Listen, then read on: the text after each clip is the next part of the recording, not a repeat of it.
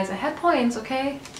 Hey guys, welcome back. Today's video is going to be an Ulta drugstore, some high-end makeup haul. It's kind of heavy. Are you ready to get in here? All right, let's do it.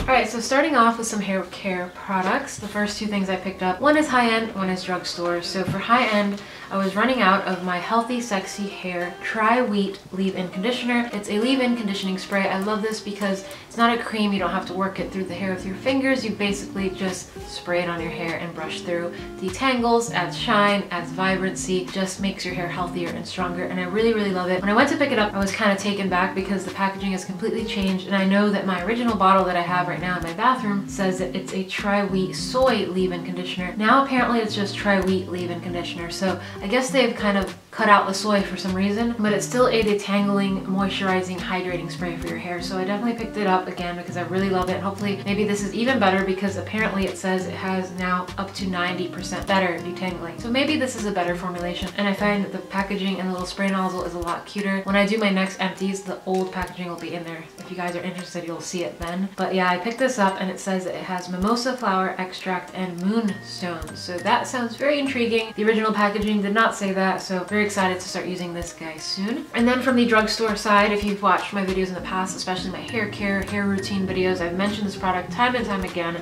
It's the John Frieda Frizz Ease 3-Day Straight Flat Iron Spray. So basically you spray this throughout your hair, blow dry it, you style it, you flat iron it, and it's going to remain straighter and a lot less frizzy for 3 days or longer. So I really love using this when it's very humid or when it's really, really rainy. It keeps my hair straighter and sleeker, and I actually put it in my hair yesterday when I washed it, and this is just a newer bottle. I'm almost done with the one I had in my bathroom, so of course I had to pick up another one. And this has keratin, which is supposed to strengthen the hair and make it smoother as well. So I've been a fan of this product for many, many years. Whenever I'm running out, I have to pick up another bottle. Now moving on to the makeup, I had a list that I had to go through, kind of check off things I really wanted to pick up and find. Fortunately, a lot of things were not at this Ulta. I moved where I used to live, had a much bigger, better Ulta. One by me is a little bit smaller, so they didn't have everything I was looking for, including a lengthy list of new Milani makeup products. There's palettes, there's highlighters. Couldn't find any of that, but I did find 2 lip products that were on my list. I don't know if they're that new, but they are to me, and these are the Milani Amore Shine liquid lip colors. They look like lip glosses, and I've heard that the wear of them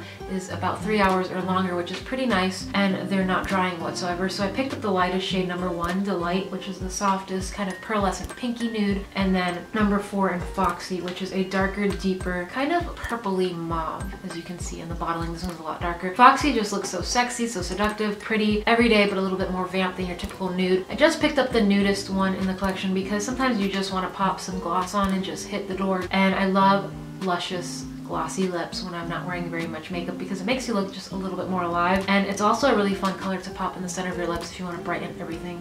So I picked up these 2 guys. And then sticking to more lip products, I also picked up this newer color from Maybelline. It's called Concrete Jungle, and I believe this is from their matte powder collection of lip colors. Picked it up because it was the weirdest one in the bunch. I thought, I want to play with that color, it's really weird. And I also wanted to pick up the really pretty vibrant ruby shade, but of course it was sold out. They didn't have any left, so I was only able to get this one in Concrete Jungle. And then when I got home, I realized basically a dupe for one already in my collection. The Smashbox Be Legendary Lipstick in Punked Matte is basically the same thing. This is Maybelline on my lips right now. As you can see, it's like a marshmallowy, purpley, weird, cool tone, just different color. And this is the one from Smashbox. So as you can see, they're basically identical. I would say that the Smashbox one is about a hair darker, just a tiny, tiny bit warmer, just a little bit darker than this one, whereas this is a little lighter and a little bit more cool tone, but they're basically the same thing. If you showed up to work, school, or whatever you do in your normal day-to-day routine with Maybelline one day and then this one from Smashbox the next, pretty much guaranteed that the people that saw you would think you were wearing the exact same lipstick 2 days in a row because they're that identical. So if you're looking for a dupe for the Smashbox lip color Punked,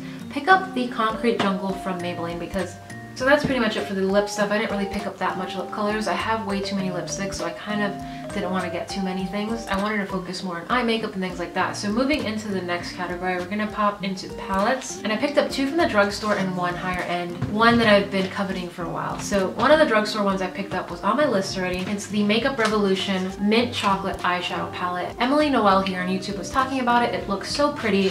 It's a nice mixture of jewel tones, shimmers, and then a few mattes. This is what the packaging looks like. It looks as if a chocolate bar was dipped into mint chocolate. It looks so cute. Kind of a take on the Too Faced chocolate bar palettes. You get a nice full-size mirror and then these beautiful jewel tone shades. Lots of shimmers. I just was drawn to this instantly. She swatched it in her video, but seeing it in person, just that much prettier. So I had to pick it up. Can't wait to play with it. Really, really pigmented. And I believe this was like 10 or 12 bucks. Really affordable considering that the Too Faced chocolate bar palettes are in that $40 price range. So definitely check out Makeup Revolution if you haven't as a line in general. They're pretty amazing, pretty affordable, and pretty awesome. And then this one just kind of grabbed my attention right away. It looked like a blush palette the second I saw it because it's filled with really, really pretty rosy tones. It's an eyeshadow palette, but honestly when I first saw it, I thought this is a blush palette. I need it in my life. It looks gorgeous. But again, for spring and summer, I think rosy tones are like the new trend. So I definitely will play with this as an eyeshadow palette first and then just kind of see how it works as a blush palette as well to kind of give you that matchy eye look, and then the matching blush could be a nice little duo combination to work with. So I had to pick this one up, and it's in the Reloaded Iconic Neutrals number 2. That's the name. There's no like rosy tone name to it or anything like that. It's just the Neutrals number 2. And then I picked up, which I almost thought they weren't going to have it because it wasn't on display. It wasn't anywhere in the Urban Decay section. The Urban Decay Naked Petite Heat. I asked, and luckily an associate heard me, and she said she saw it in the back and she brought it out for me. So I'm so glad I was able to get the Petite Heat finally. I love all of the Naked palettes. Urban Decay makes some amazing eyeshadow palettes, but my favorites for some reason are their little tiny palettes. The Naked Basics, the Naked Basics 2, and now they have this one in Petite Heat. I never really sprung for the Naked Heat palette. I don't know. It has really, really pretty colors, but I feel like the Morphe 35O is so similar. But when they came out with the smaller version, I felt like I needed it in my life because I love so much little palettes like this because you can travel with them. They offer you just the shades you need. They aren't overwhelming or anything like that. It's a lot more affordable in the $20 price range versus the $50 price range for a larger Naked palette from Urban Decay. So I'm really, really happy that they had this in stock. So then I made my way back to the drugstore section and I picked up this because it looks so intriguing and it was so large and the price was just right. It's from Model's Own, which I don't really own very much from this brand. I think I own a powder bronzer from them actually that I got in a BoxyCharm many years ago, and this just kind of grabbed my attention. It's the Sculpt and Go Cream to Powder Bronzer. I picked it up in shade Deep Glow number 6. I love cream bronzers. I use the Too Faced one all of the time, so I wanted to pick up a drugstore one to kind of play with it and compare it and just see what I think about it. And look at the size of this. It is gigantic, and for the price it just seemed worth it. So I'll have to let you guys know how this one plays, but I was just really excited, so I had to pick it up. And then moving over to Essence, I saw this beautiful little single, what I thought was an eyeshadow. It's a metallic, gorgeous rose gold, but interestingly enough, this is not an eyeshadow, it's actually a blush. This is the Essence Metal Chrome Blush in the shade 20 Copper Crush, but come on guys, doesn't that look like a metallic shadow?